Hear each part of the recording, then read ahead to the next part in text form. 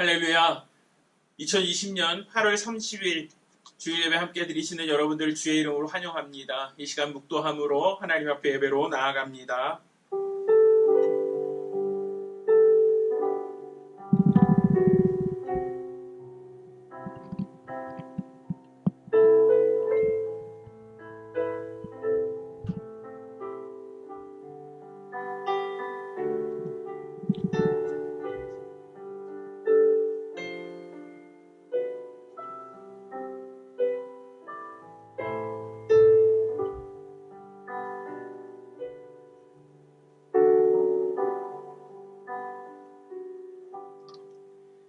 내가 고통 중에 여호와께 부르짖었더니 여호와께서 응답하시고 나를 넓은 곳에 세우셨도다.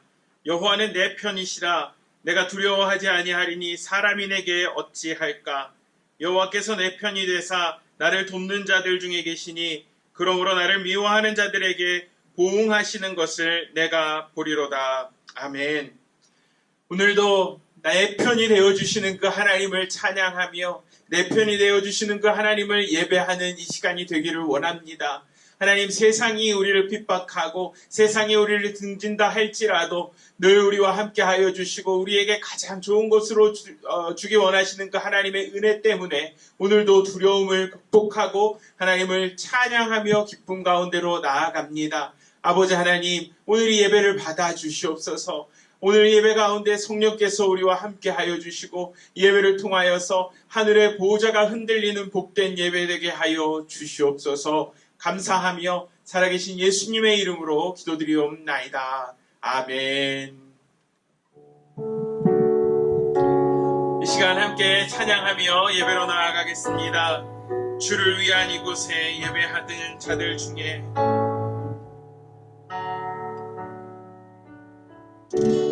주를 위한 이곳에 예배하는 자들 중에 그가 찾는 이 없어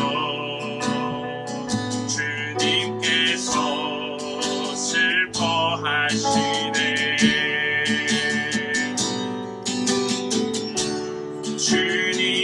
찾으시는 그 한 사람 그의 배자 내가 그 사람 되길 간절히 주께 예배하네. 주대로 이곳에 서 있네. 주임대에 엎드려 절하네.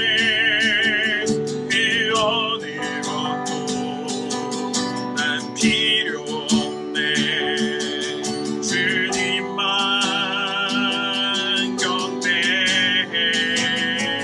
주대로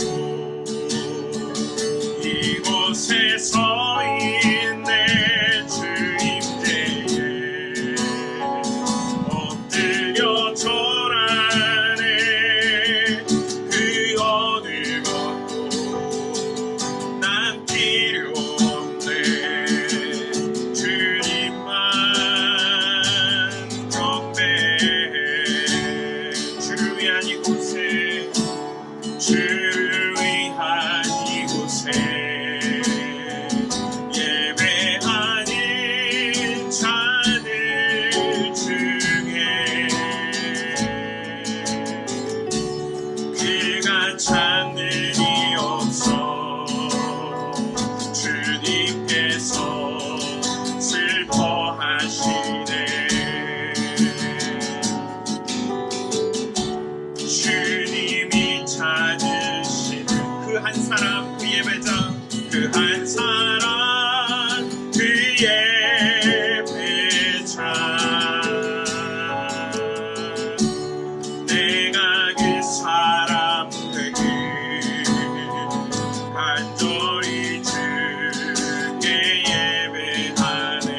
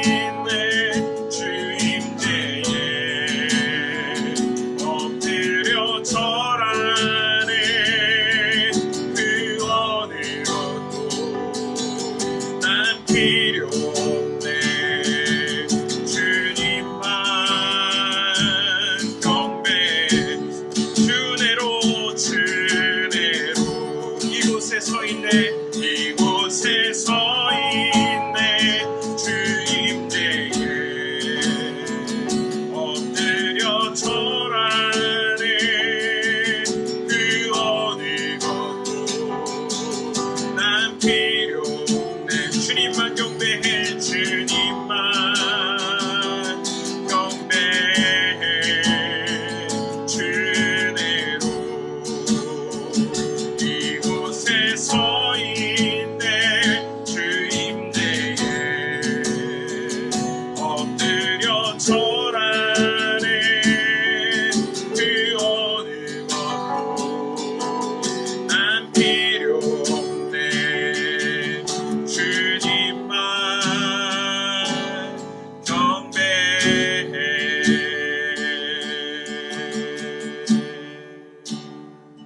예수를 나의 구주 삼고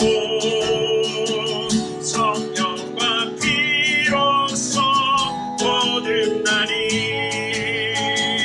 이 세상에서 내 영혼이 하늘의 영광 누리고 예수를 나의 구주 삼고 예수를 삼고 성령과 피로써 거듭나니 피로써 거듭나니 이 세상에서 내 영혼이 하늘의 영광 누리도다 이것이 나의 간증이요 이것이 나의 찬송일세 나 사는 동안 끊임없이 그주를 찬송하리로다 온전히 주께 맡긴 내 영 사랑의 음성을 듣는 주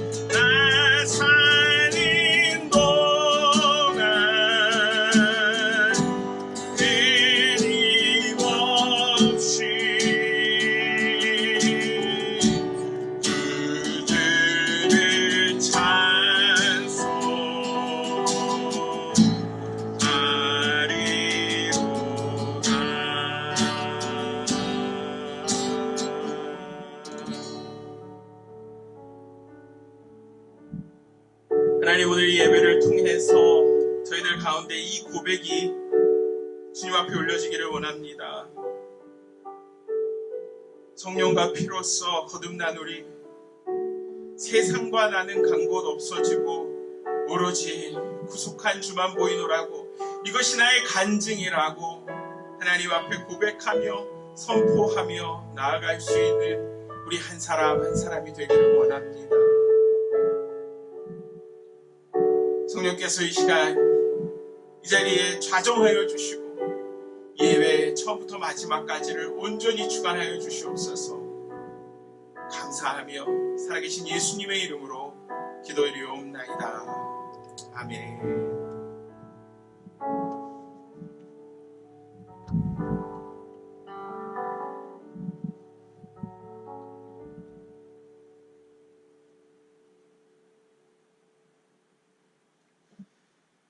오늘 함께 나눌 하나님의 말씀입니다. 오늘은 요한복음 3장 5절에서 8절까지의 말씀 함께 나누도록 하겠습니다. 요한복음 3장 5절에서 8절입니다.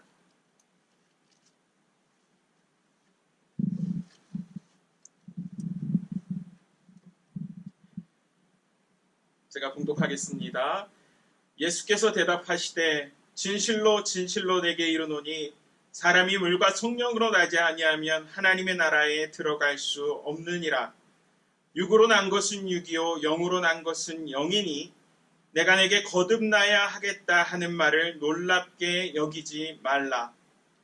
바람이 임의로 불 때 내가 그 소리는 들어도 어디서 와서 어디로 가는지 알지 못하나니 성령으로 난 사람도 다 그러하니라. 아멘.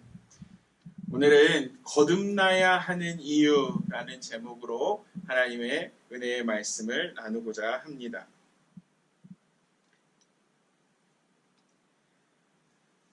기득권을 가지고 있는 자가, 이미 자기가 가지고 있는 권리가 있는 자가 그 기득권을 포기한다는 것은 굉장히 어려운 일로 비춰집니다.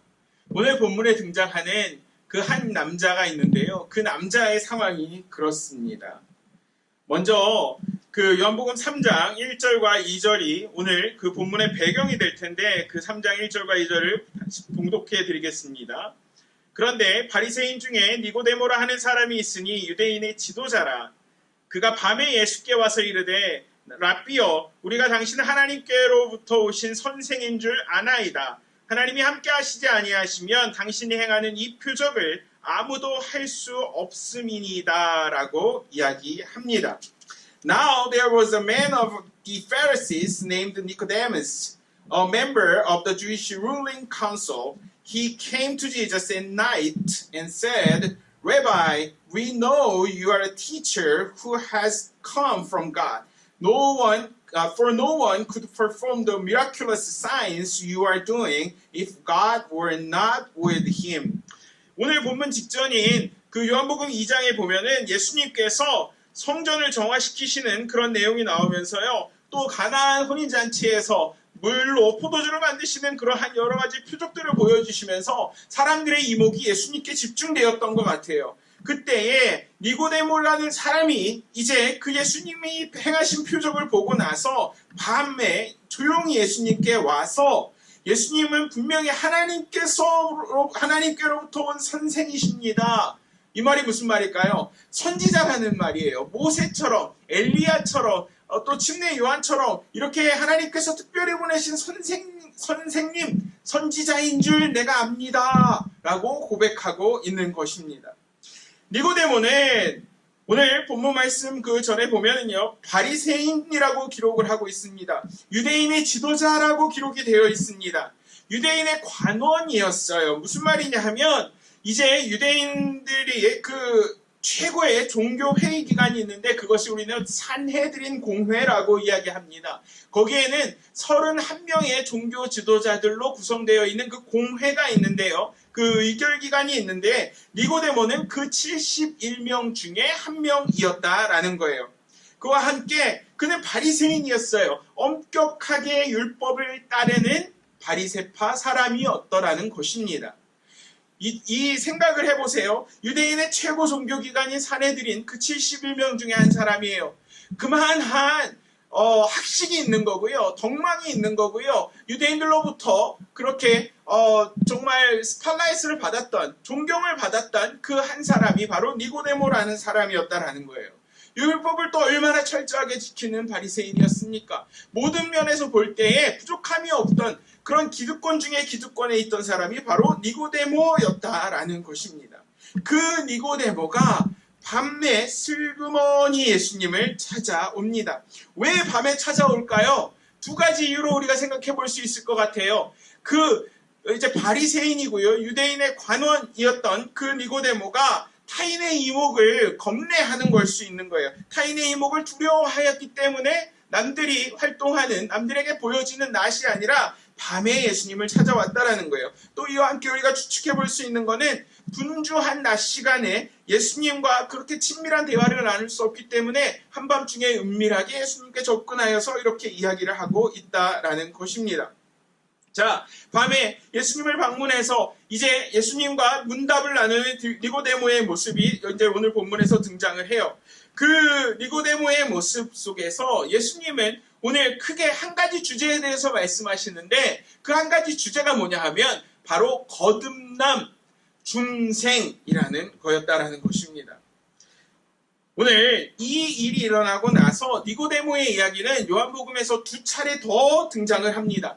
요한복음 7장에 보면은 이제 바리새인들이 예수님을 잡아가려고 체포하려고 하여 그때에 니고데모가 예수님을 그렇게 신문하지도 않고 그렇게 잡아갈 수 있냐라고 예수님을 위한 항변을 하는 그런 모습이 등장을 하고요. 또 요한복음 19장에 보면은 예수님이 이제 십자가에 달려서 돌아가신 이후에 아리마대 사람 요셉과 함께 예수님을 장사 지낸 사람이 있는데 그 사람이 바로 니고데모였다라는 것입니다. 이 니고데모는요, 또한 그 예수님의 시체에 바르기 위해서 모략과 침향을 섞은 백근, 굉장히 많은 그 향을 가져와서 그 방부제를 가져와서 예수님의 시체에 바르려고 했던 그런 굉장히 부유했던 사람이었다라는 거예요. 그렇게 기득권을 가진 자, 사회적 고위층에 속해 있는 자였음에도 불구하고 니고데모는 아마도 편견이 없고 진리를 향해서 무엇인가 계속 찾고 있는 그런 구도자적인 사람이 아니었을까, 그런 태도를 갖춘 사람이 아니었을까라고 우리는 생각해 볼 수 있는 것입니다. 그 니고데모를 향해서 오늘 예수님은 여러 가지 말씀을 하시는데요. 그 주제는 동일한 한 가지였다라는 거예요. 뭐예요? 바로 거듭남, 중생, rebirth였다라는 것입니다. 왜 예수님은 그처럼 니고데모를 향해서 거듭남에 대해서 말씀을 하셨을까요? 왜 믿는 자들은 거듭나야 한다라고 You must be born again 이렇게 예수님은 말씀을 하셨을까요? 그 세 가지 이유를 크게 살펴보고자 하는데 첫 번째 이유는요. 거듭남이라는 것이 천국의 열쇠를 가져오는 것이기 때문에 그렇습니다. 첫 번째 교훈이요. 거듭남은 천국의 열쇠를 가져온다라는 거예요. Rebirth, the key to the kingdom of God. Rebirth, the key to the kingdom of God. 3절 말씀이에요. 예수께서 대답하여 이르시되 진실로 진실로 내게 이르노니 사람이 거듭나지 아니하면 하나님의 나라를 볼 수 없느니라. In reply, Jesus declared, I tell you the truth. No one can see the kingdom of God unless he is born again. 자, born again. 이게 무슨 말일까요? 다시 태어난다, 거듭난다 라는 것이 과연 무슨 의미일까요? 이에 대해 니고데모는 예수님 앞에 반문해요. 4절입니다. 니고데모가 이르되 사람이 늙으면 어떻게 날 수 있사옵나이까? 두 번째 모태에 들어갔다가 날 수 있사옵나이까? 예수께서 대답하시되 진실로 진실로 내게 이르노니 사람이 물과 성령으로 나지 아니하면 하나님의 나라에 들어갈 수 없느니라.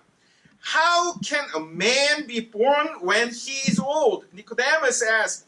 Surely he cannot enter a second time into his mother's womb to be born. Jesus answered, I tell you the truth. No one can enter the kingdom of God unless he is born of water and the Spirit. 자, 무슨 말일까요? 거듭난다라는 것은 니고데모가 예수님 앞에 질문했던 것처럼 이렇게 다 성장한 이후에 엄마 뱃속으로 다시 들어가는 것이 아니라는 거예요. 예수님께서 거듭남에 대해서 말씀하실 때 그 거듭남은 우리들의 육신이 다시 거듭나는 것이 아니라 물과 성령으로 우리들의 영혼이 거듭남을 말씀하고 계시다라는 것입니다. 물과 성령으로 거듭난 자만이 하나님 나라를 볼 수 있고 하나님 나라에 들어갈 수 있다라고 예수님이 선포하고 계신 거예요. 거듭남 중생이란 죄와 허물로 죽었던 우리들의 영혼을 새로운 피조물로 다시 살리시는 하나님의 은혜입니다. 할렐루야. 고린도후서 5장 17절 말씀대로 그런즉 누구든지 그리스도 안에 있으면 새로운 피조물이라 이전 것은 지나갔으니 보라 새 것이 되었도다 라는 그 말씀이 저와 여러분들의 삶 가운데서 실현되는 것이에요.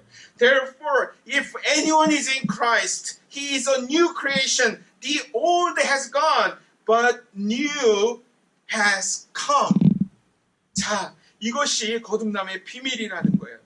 우리들은 거듭난다고 해서 우리들의 몸이 엄마 뱃속에서 다시 나오는 것처럼 그렇게 다시 태어나진 않아요. 하지만 우리들의 영혼이 죄와 허물 가운데 죽었던 우리들의 영혼이 다시 소생되어서 새로운 피조물이 되어서 이전에 경험하지 못했던 새로운 세계를 경험하게 된다라는 것입니다. 그리고 이것들을 물과 성령께서 이 일을 가능하게 하신다라는 거예요. 물과 성령으로 거듭나야만 한다라는 것입니다. 자, 물과 성령은 무슨 뜻일까요? 물은요, 침례의 의미를 갖는다고 저는 생각을 합니다. 사실은 외형적이고 좀 의식적인 요소인데요.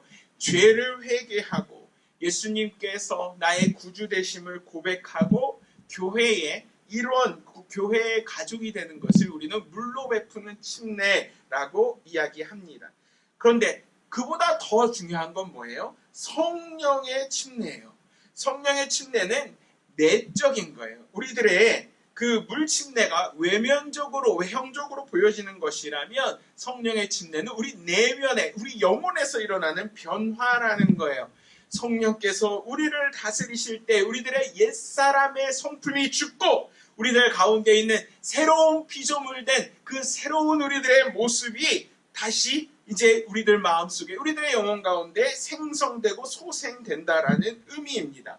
이것들이 성령의 역사를 통해 그리스도와 하나됨, 연합을 통해서 하나님을 누리게 하나님의 나라를 누리게 하신다라는 거예요. 하나님의 나라를 볼 수 있게 하신다라는 것입니다. 사랑하는 성도 여러분, 요즘에는 이제 코로나 사태 이것이 길어지면서 팬데믹이 길어지면서 좀 많이 줄어든 것 같은데 이렇게 대형마트에 가면 그 음식들 샘플 먹어보는 게 있잖아요. 자, 샘플을 그렇게 제공하는 이유가 뭐죠? 맛을 보는 거잖아요. 그리고 나서 그 샘플 큰 대형마켓에서 한 바퀴 돌면서 이렇게 배를 채운다. 그거는 사실은 불가능한 것 같아요. 그 주는 포션이 많지 않기 때문에요. 미국이 훨씬 한국보다 많이 주는 것 같긴 한데요. 그렇다고 해서 그 샘플을 통해서 내 배를 불리겠다라는 목적은 늘 아닌 것 같아요. 자, 샘플은 뭐예요? 맛을 보고요. 그것들을 구매하게끔 이제 그 생산자 입장에서는 조장을 하는 거잖아요. 그렇죠? 저는 이거를 우리들의 영적인 세계로 좀 가져와 봤으면 좋겠어요.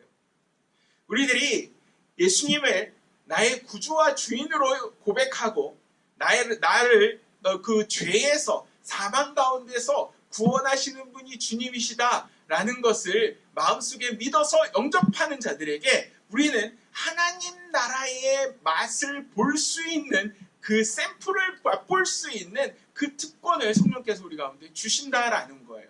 그런데 그거를 통해서 우리들이 완전한 성화된 인격을 갖고 우리들의 영이 성숙하여져 가고 그러냐 하면 그렇지는 않다라는 거예요.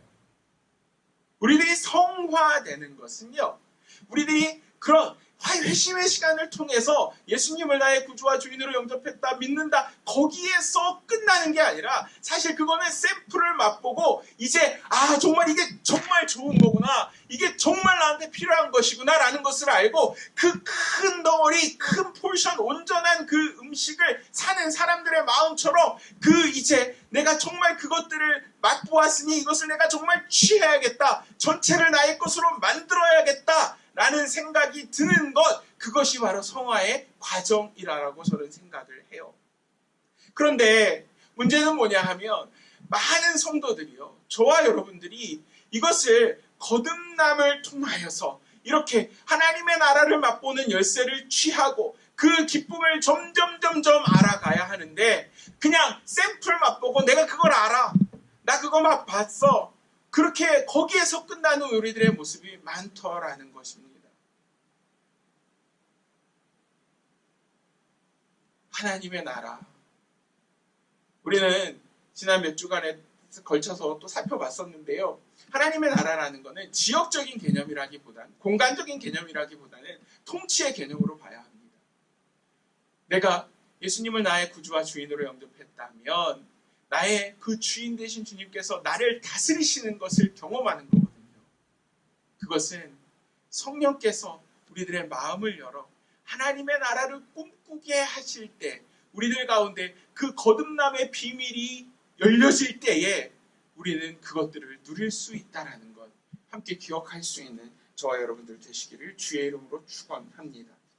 첫 번째, 거듭남이 천국의 열쇠를 가져오는 것이었다라면, 두 번째는요, 거듭남은 성령의 임재를 불러온다라는 거예요.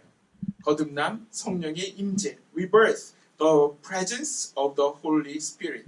앞에서도 잠깐 언급을 했지만 그 거듭난다라는 것은 물과 성령으로 거듭나는 것이다 라고 말씀드렸어요. 성령 거듭남의 역할, 거듭남의 과정에서, 중생의 과정에서 성령의 그 역할은 거의 100%라고 할 수 있거든요.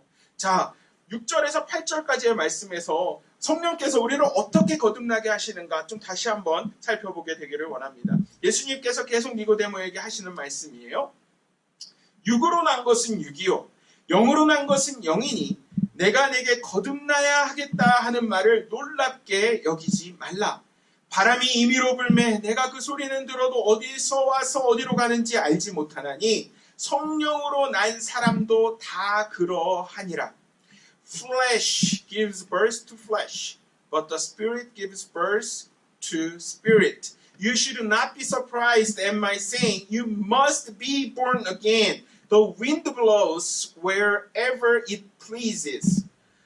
You hear its sound, but you cannot tell where it comes from or where it is going. So it is with everyone born of the Spirit. 자, 육으로 난 것은 육이요, 영으로 난 것은 영이니. 예수님이 이 말씀을 하세요. 자, 이 말씀을 사실 우리는 굉장히 조심스럽게 받아들여야 합니다. 자칫 잘못하면요, 이 영지주의 쪽으로 빠지기가 쉬워요. 무슨 말씀을 드리려고 하냐 하면, 육은 육이고 영은 영이다. 내가 내 영혼이 거듭났다. 내가 내 영혼이 이제 예수님을 나의 구주와 주인으로 영접해서 하나님의 나라, 천국의 소망을 가지고 산다라고 했을 때 나의 육은 아무렇게나 살아도 상관없다, 나의 육은 더 이상 중요하지 않다라고 생각을 한다면, 이것이 초대교회에서, 특히 고린도교회 같은 곳에서 만연했던 영지주의, 그 영과 육이 분리되는 그러한 모습으로 살아갔던 거짓 이단 사상의 어떤 기초가 되는, 근거가 되는 이 말씀이 된다는 거예요. 그런데 예수님께서 오늘 육으로 난 것은 육이요, 영으로 난 것은 영이다라고 하실 때, 이것은 육체를 무시해라, 영과 육을 구별하며 살아라, 그 말씀이라기보다는요, 우리들의 그 육의 문제가 분명히 있어요. 우리들이 육신을 입고 살아가는 동안 육을 완전히 떨쳐버릴 수 없는 거예요. 하지만 영의 새로워짐을 통하여서, 성령의 역사하심을 통하여서 정말 우리들의 그 육신의 문제, 죄의 문제, 사망의 문제를 극복하며 살아가라라는 그 예수님의 마음이 담겨져 있지 않나라는 생각을 해보게 되는 거예요. 그러면서 이제 8절 말씀이 중요한데요. 바람이 임의로 불매 내가 그 소리를 들어도 어디서 와서 어디로 가는지 알지 못하나니 성령으로 난 사람도 다 그러하니라 라고 이야기하세요. 바람에 대해서 이야기하시거든요. 자, 성령이라는 단어, 우리가 그 구약 성경에서 이제 히브리어에서는 루아흐라고 합니다. 예수님께서 그 흙으로 사람의 형상을 만드시고 거기에다가 이제 생기를 불어 넣으시잖아요. 그 생기가 루아흐거든요. 자, 또한 헬라어에서는 그 성령이라는 단어가 퓨누마라는 단어예요. 그런데 이 루아흐나 그 퓨누마나 이것이 다 바람이라는 뜻을 갖고 있다라는 거예요. 자, 여기서 보세요. 바람은 임의로 분대요. 무슨 말이에요? 어디서 생겨서 어디로 향하는지 우리는 정확하게 규정할 수 없다라는 거예요. 과학이 아무리 발전을 해도 바람이 어디서 불어서 어디로 가는지, 과연 어떤 원리로 움직이는지 이것을 우리는 완벽하게 밝혀낼 수 없다라는 거예요. 마찬가지로 성령의 역사 또한 인간의 능력으로는 그 기원을 헤아릴 수 없다라는 것입니다. 하지만 바람은 분명히 존재한다라는 거예요. 바람은 우리 눈에 보이지 않지만 소리를 통해서 그리고 그 결과를 통해서 그 바람이 실제한다라는 것을 우리 가운데 보여준다라는 거예요. 이와 마찬가지로 성령의 존재 또한 거듭난 사람들의 구체적인 행실에서, 거듭난 사람들의 행동의 변화에서 드러나고 그것들이 보여져야 한다라는 것입니다. 그리고 그것이 하나님이 뜻하시고 계획하고 계신 거라는 거예요.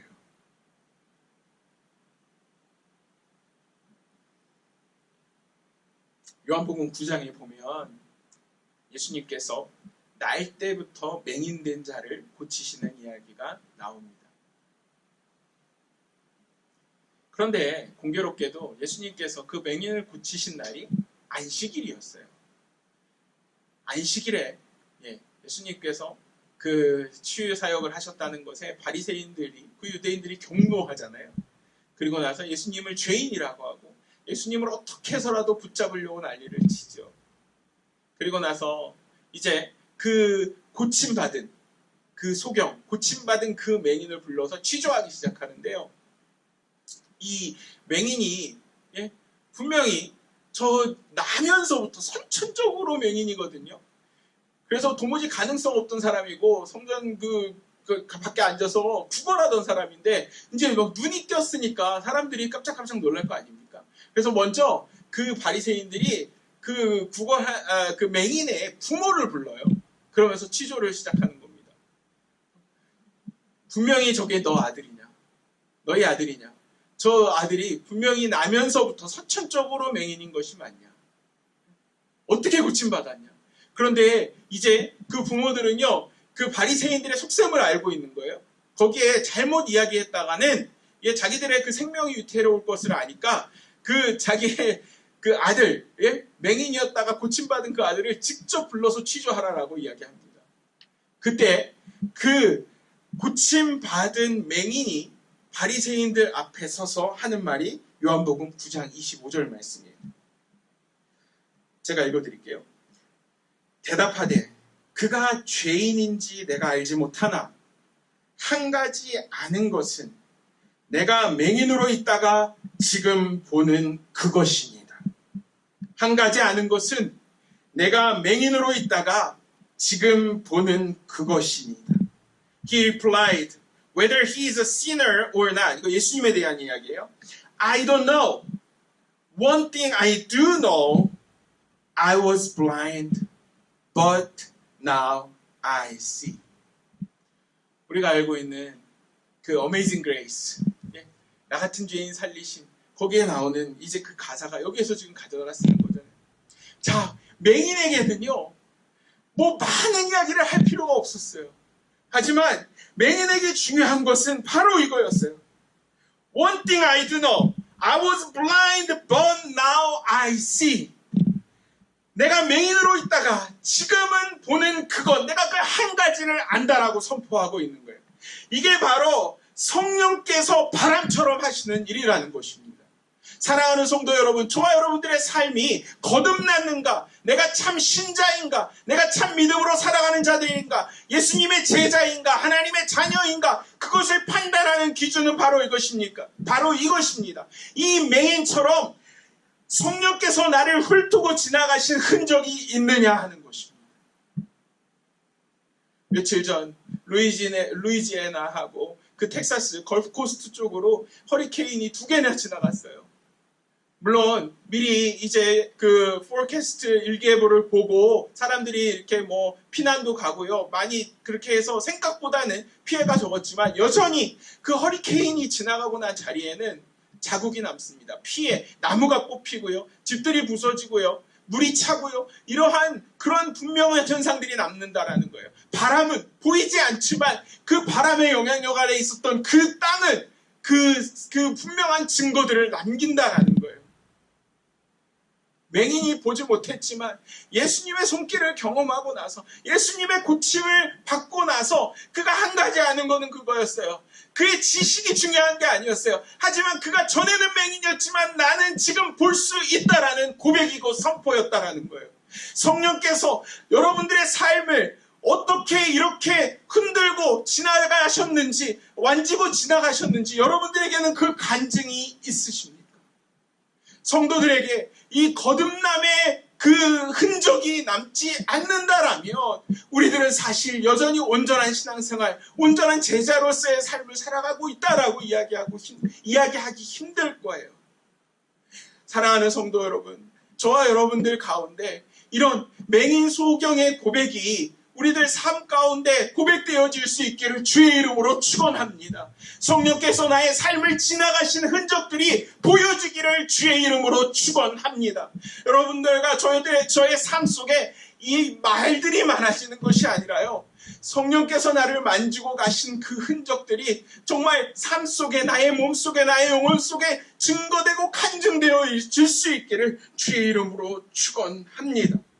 이것이 성도들이 추구해야 하는, 성령의 역사 가운데 받아야 하는, 반드시 경험해야 하는 거듭남의 비밀이라는 것입니다. 니고데모는 앞에서도 말씀드렸지만 바리새인이었어요. 율법주의자였어요. 그 바리새인들에게 중요한 것은 아브라함의 그 피를 통해 자연적으로 이렇게 출생을 통해서 하나님의 백성의 자격이 되는 그 자격이 주어졌다라는 거거든요. 유대인들은 아브라함의 후손이에요. 그래서 하나님의 언약 가운데 있다라는 거예요. 창세기 17장 말씀에 따라서 하나님의 언약 가운데 그들이 이렇게 머물고 있기 때문에 그 언약, 바다의 모래처럼 정말 그 창대하게 하시는 하나님의 그 놀라운 축복이 그 언약의 약속 속에 있기 때문에 그들은 자기의 영혼이 사는 것, 영혼이 거듭나는 거에는 그렇게 관심이 없었다라는 거예요. 하지만 오늘 예수님은 분명히 니고데모에게 말씀하세요. 자연적인 출생, 육적인 출생이 중요한 것이 아니라 영적으로 다시 거듭나는 것이 중요하다라고 말씀하시는 거예요. 영적으로 성령께서 우리들을 만지시는 것이 중요하다라는 것을 오늘 강조하고 계신 것입니다. 잘 모르겠어요. 니고데모가 예수님을 온전히 그 구주와 주인으로 받아들였는지, 영접했는지, 그것이 성경에서 분명하게 기록되어 있진 않아요. 물론 앞에서도 말씀드린 것처럼 니고데모는 예수님을 위해 이렇게 항변합니다. 또한 예수님이 돌아가신 이후에 예수님의 시체를 이렇게 섬겨요. 하지만 그것이 정말 니고데모의 신앙의 고백이었는가? 그거에 대해서 잘 모르겠거든요. 거기에서 아무튼 우리가 교훈을 삼아야 하는 것은 이거예요. 성령께서 그 거듭남의 주체가 되셔서 나의 삶을 변화시키셨는가? 그렇지 않은가? 라는 질문인 것입니다. 거듭남은 성령의 임재를 우리 가운데 가져옵니다. 마지막으로 세 번째 살펴보고자 하는 포인트는 이것입니다. 거듭남은 영생의 구원을 가져온다라는 거예요. 거듭남은 영생의 구원을 가져온다라는 것입니다. Rebirth, the salvation of eternal life. 자, 이제 예수님은 그렇게 거듭남에 대해서 반복적으로 말씀하시는데도 니고데모가 이해하지 못하니까 안타까워하시면서 조금 이렇게 좀 다그치기도 하세요. 그리고 나서 결론적으로 하시는 말씀은 이제 그 요한복음 14절부터 3장 14절부터 21절까지 등장을 하거든요. 14절과 15절 말씀을 좀 같이 보겠습니다. 모세가 광야에서 뱀을 든 것 같이 인자도 들려야 하리니 이는 그를 믿는 자마다 영생을 얻게 하려 하심이니라. Just as Moses lifted up the snake in the desert, so the Son of Man must be lifted up, that everyone who believes in him may have eternal life. 자, 이것은 무슨 말일까요? 광야에서 노뱀이 들리는 이야기, 민수기 21장 4절부터 9절까지 등장하는 말씀입니다. 출애굽한 이후에 이스라엘 백성들은 40년 동안 광야 생활을 하는데 그 광야 생활이 녹록지 않았어요. 먹을 것도 부족했고요. 늘 불안정한 삶이었어요. 그래서 그들의 마음이 상했다라고 그 민수기서 21장에서는 말씀을 합니다. 그들이 하나님과 모세를 원망하기 시작해요. 그때 하나님은 그들을 심판하세요. 불뱀을 보내셔서 물려 죽게 하시는 거예요. 그런데 그들이 또 이제 모세에게 불을 지르니까 모세가 장대 위에 노뱀을 매달아 놓습니다. 그리고 그 노뱀을 쳐다본 사람은 누구든지 살 수 있게 되었다라는 것이에요. 이것을 예수님께서 본인의 입으로 오늘 니고데모에게 말씀하세요. 모세가 광야에서 뱀을 든 것 같이 인자도 들려야 하리니 이는 그를 믿는 자마다 영생을 얻게 하려 하심이니라. 이것이 무슨 말이에요? 예수님께서 들려야 하신다라는 거, 십자가에 달리신다라는 것이잖아요. 십자가에서 모진 순환을 당하실 것이고 거기에서 돌아가실 것이라는 거잖아요. 십자가에 예수를 바라보는 누구든지 그 믿는 자는 구원을 얻을 것이다 라고 우리 가운데 선포하고 계신 것입니다. 그 노뱀이 무슨 그런 초자연적인 능력이 있어서 그 노뱀을 바라보는 자마다 산 게 아니었잖아요. 하나님께서 하나님의 사람을 통해 그 구원을 위해 세워주신 것이 노뱀이었다라는 거예요. 자, 지금은 이제 예수님께서요, 이제 십자가에 달리심으로 말미암아 우리들은 당연히 죽을 수밖에 없는 자들이에요. 마음이 상하고 하나님 앞에 순종하는 것이 너무 힘들어서 우리들은 죄 가운데로, 원망 가운데로, 불평 가운데로 갔던 존재들이거든요. 그런데 예수 그리스도의 십자가를 바라보는 그 누구든지 간에 믿고 바라보는 자들은 영생의 구원이 주어질 것이다 라고 예수님은 오늘 니고데모에게 말씀하고 계신 것입니다. 그러면서 이 요한복음 3장 15절 이후에 우리가 가장 좋아하는 요한복음 3장 16절 말씀이 등장을 하는 거예요. 하나님이 세상을 이처럼 사랑하사 독생자를 주셨으니 이는 그를 믿는 자마다 멸망하지 않고 영생을 얻게 하려 하심이라. For God so loved the world that he gave his one and only Son, that whoever believes in him shall not perish but have eternal life. 아멘. 이게 무슨 말씀이에요? 우리가 성령을 통해 하나님의 나라를 경험하고 성령을 통해 그 거듭남의 은혜를 입었다라면 하나님께서 우리를 얼마나 사랑하시는지, 하나님께서 우리를 얼마나 케어하시는지, 하나님께서 얼마나 우리의 편이 되어주고 싶어 하시는지, 그래서 그 독생자 아들을 주시기까지 우리를 사랑하셨다라는 것이 내 삶 가운데서 경험되어진다라는 것입니다. 나는 비록 그렇게 불뱀에 물린 그 이스라엘 백성들처럼 원망, 불평을 쏟아내는 그런 사람들처럼 삶에 아무것도 내세울 것이 없지만 그럼에도 불구하고 그 불뱀, 노뱀을 바라보는 자마자 살았던 것처럼 나의 능력이 나의 그 삶 속에 있는 나의 행위 때문에가 아니라 내가 바라보는 십자가 때문에, 예수 그리스도의 은혜 때문에, 예수 그리스도의 그 구속 사역 때문에 나는 영생을 소유하고 구원을 얻을 수 있다라는 것을 오늘 예수님은 우리 가운데 니고데모와의 문답을 통해서 보여주고 계신다라는 것입니다.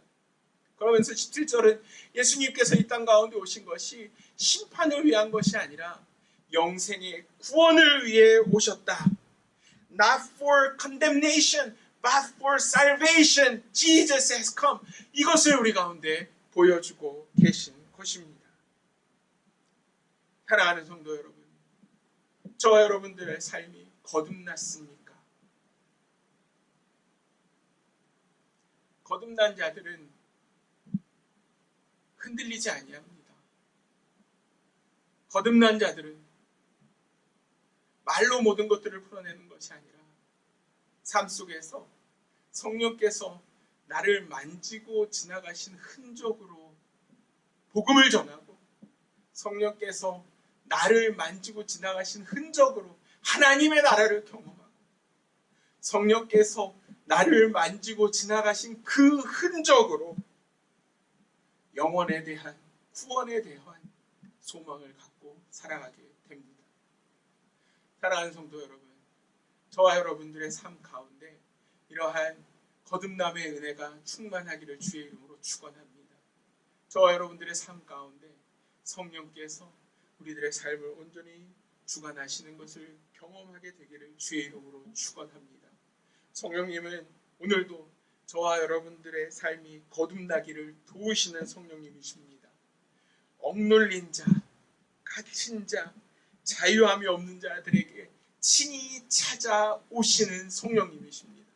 내가 너를 만지겠노라, 내가 너와 함께 하겠노라, 내가 너로 하여금 하나님의 나라를 꿈꾸게 하겠노라, 내가 너의 삶이 지금으로부터 변화되어지고 하나님이 쓰실 만한 그릇으로 너를 만들어 가겠노라 라고 말씀하십니다. 그 성령의 임재하심 가운데로, 성령의 만지심 가운데로 들어가고 그 놀라운 성령의 임재하심을 누릴 수 있는 저와 여러분 되기를, 또 우리 교회가 되기를 주의 이름으로 축원합니다. 이 시간 말씀을 기억하면서 함께 잠시 기도하겠습니다.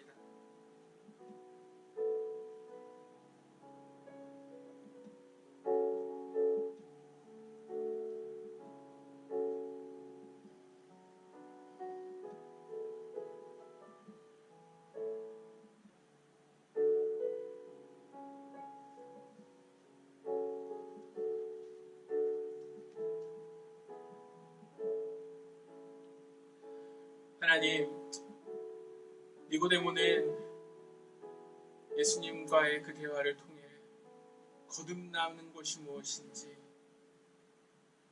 오늘 배우게 됩니다. 사실 세상의 눈으로 볼 때 니고데모는 부족한 것이 없는 자였어요. 바리새인이었고 산헤드린 공회의 그런 일원이었습니다. 기득권을 가진 자였어요. 하지만 정말 진리를 향한 그 니고데모의 관심은, 그 진리를 향한 니고데모의 열정은 오늘 예수님으로 하여금 그 거듭남의 비밀을 발견하게 합니다. 사랑하는 주님, 저희들 가운데 정말 니고데모에게 말씀하셨던 그 예수님의 그 거듭남을 향한, 중생을 향한 열정이 우리들 마음 가운데 전달될 수 있기를 원합니다. 하나님, 우리가 물과 성령으로 거듭나야만 하나님의 나라에 들어갈 수 있고 하나님의 나라를 볼 수 있습니다. 하나님, 우리가 거듭나야만 성령께서 나의 삶 속에 역사하시고 나를 만지시고 나의 삶 속에 흔적이 남는 것을 경험할 수 있습니다. 하나님, 내가 거듭나야만 우리들이 이 땅에 소망을 두는 것이 아니라 영생의 그 구원의 소망을 붙들고 살아갈 수가 있습니다. 성령님, 우리들의 심령 가운데 임재하여 주시옵소서. 하나님 아버지요, 내가 나의 주인이라고 생각했던 것, 하나님 나의 고집 이 시간 내려놓게 하여 주시고, 성령 앞에 우리들의 인생의 주도권을 내어드릴 수 있게 하여 주시고, 우리를 위하여서 오늘도 간구하시고 우리를 도우시고 우리로 하여금 하나님의 나라를 꿈꾸게 하시는 그 성령님의 임재하심 앞에 들어갈 수 있는 우리 성도 한 사람 한 사람, 우리 교회 되도록 은혜 베풀어 주시옵소서. 감사하며 살아계신 예수님의 이름으로 기도합니다. 아멘. 이 시간 준비한 예물 하나님 앞에 올려드리면서 함께 찬양하기 원합니다. 성령이 오셨네.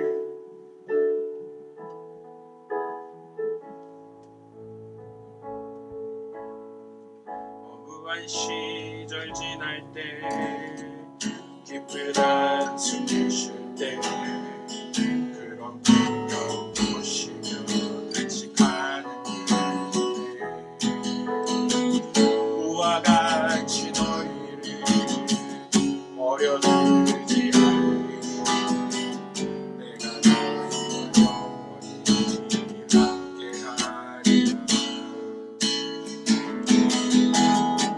성령이 오셨네. 성령이 오셨네. 보내신 성령이 오셨네. 우리 인생 가운데 친히 찾아오셔서 그 나라 꾸게 하시네. 억눌린 자 갇힌 자, 억눌린 자 갇힌 자, 자유함이 없는 자, 피난처가 되신 성령이시네. 주의 영이 계신 곳에 참 자유가 있나니 진리로 넘치는 성령이 오셨네. 성령이 오셨네. 성령이 오셨네.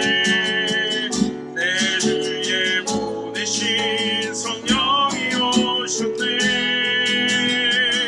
우리 일생 가운데 친히 찾아오셔서 그 나라 꾸게 성령이 오셨네. 성령이 오셨네. 성령이 오셨네. 내 주에 보내신 성령이 오셨네. 우리 인생 가운데 친히 찾아오셔서 그 나라 꾸게 하시네.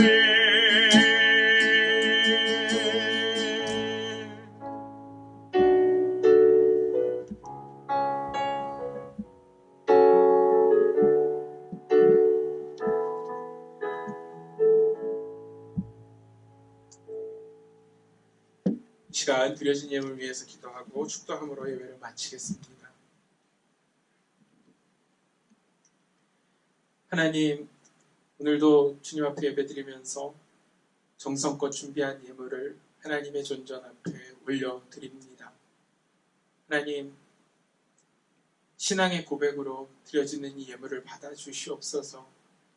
모든 것이 하나님 것이며 우리들은 이 땅 가운데 청지기로 살아간다라는 그 믿음으로 드려진 예물 가운데 하나님 축사하여 주시고, 하나님 예물을 드리는 손길, 그 가정과 그 기업과 그 자녀들 가운데 하나님만이 주실 수 있는 놀라운 하늘의 축복으로 내려 주시옵소서. 이 땅 가운데서 우리가 얻을 수 있는 안위가 아니라 하나님이 주시는 그 보호하심과 하나님이 주시는 놀라운 인도하심이 드려진 예물을 통하여서 풍성한 열매로 맺혀질 수 있도록 도와주시옵소서. 또한 예물을 기쁨 가운데 정말 헌신하는 마음으로 드렸사오니 하나님 아버지, 예물이 쓰이는 곳곳마다 하나님의 나라가 확장되고 예수 그리스도의 복음이 땅 끝까지 전파될 수 있도록 주여 함께하여 주시옵소서. 오늘도 예배를 위해 헌신한 한 손길 한 손길 가운데 주님 은혜를 더하여 주시고, 하나님 어렵고 힘든 가운데서도 주의 몸된 교회를 섬기며 하나님의 나라를 섬기는 손길마다 하나님 아버지요, 정말로 부어서 넘치도록 하나님께서 부어주시는 은혜가 머물 수 있도록 도와주시옵소서. 감사하며 살아계신 예수님의 이름으로 기도합니다. 아멘. 축도하겠습니다.